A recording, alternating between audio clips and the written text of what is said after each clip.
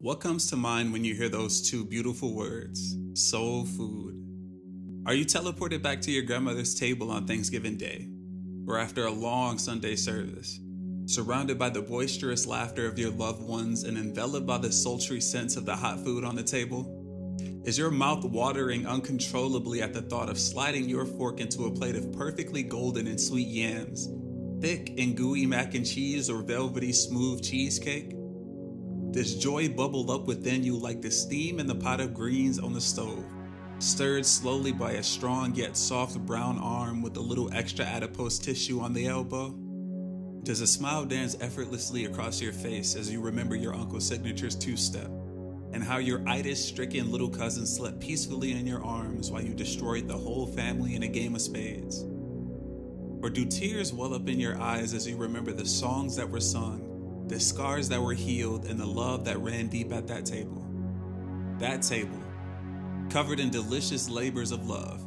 That strong wooden table, nestled in the middle of a room filled with plastic-wrapped furniture, proud black faces in old picture frames, miniature figures of chocolate brown angels and other Afro artifacts.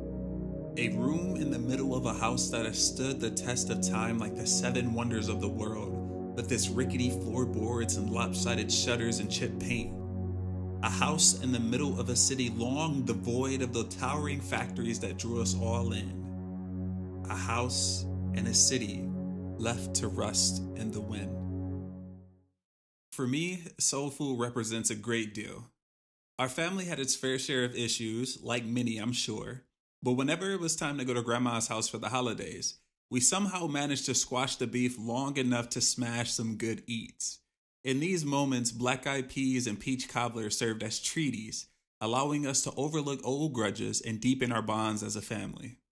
From these experiences, I grew to believe that soul food has a magical power to diffuse, soothe, and unify. This belief inspired me to explore the origins of this mystical resource and to speak with people in my community who have rolled up their sleeves and continue to feed our hearts, souls, and bellies. The first step in that journey involved getting a basic understanding of where soul food originated. While many regions across the American South can lay claim to specific dishes and particular iterations of soul food, the greater idea of soul food was born out of the harshness of the transatlantic slave trade and American slavery, as well as the ingenuity of the African people who used their centuries-old cooking techniques to make do with whatever scraps, crops, or hunting materials they were allowed to have at the time. Many of the dishes that we pile high on our plates like monuments to the gods of good eats have their roots in slavery. One example is cornbread, which came from the unique method slaves used to prepare corn, which was one of their primary sources of food.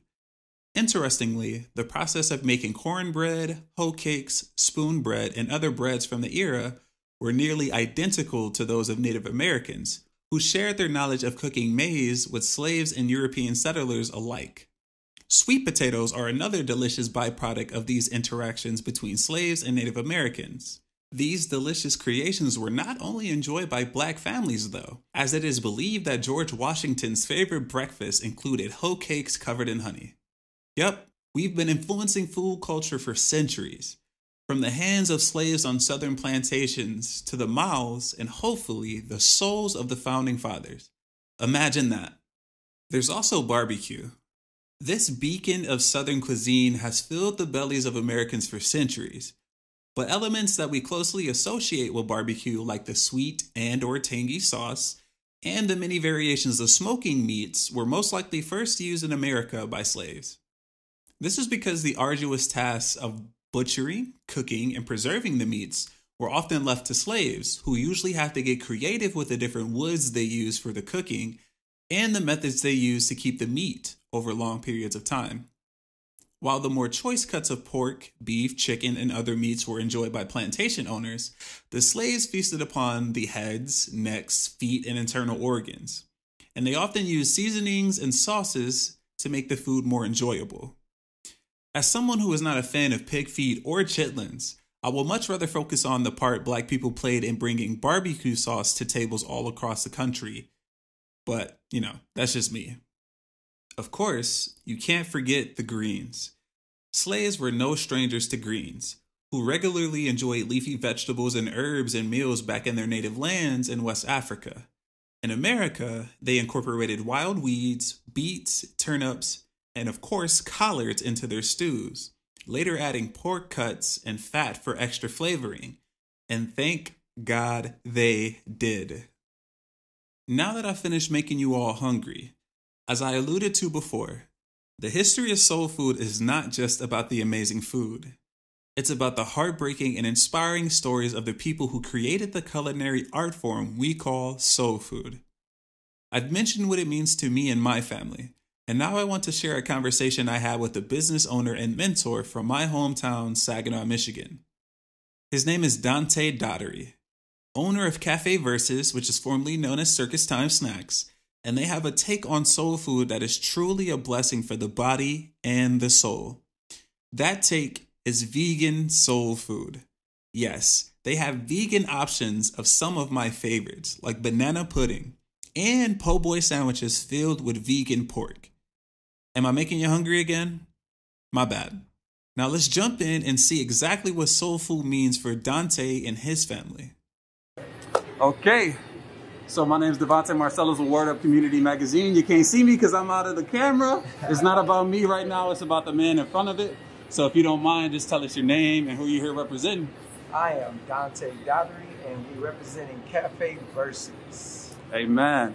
All right, so this month we are doing a story about the importance of soul food and the story of the African American here in this country.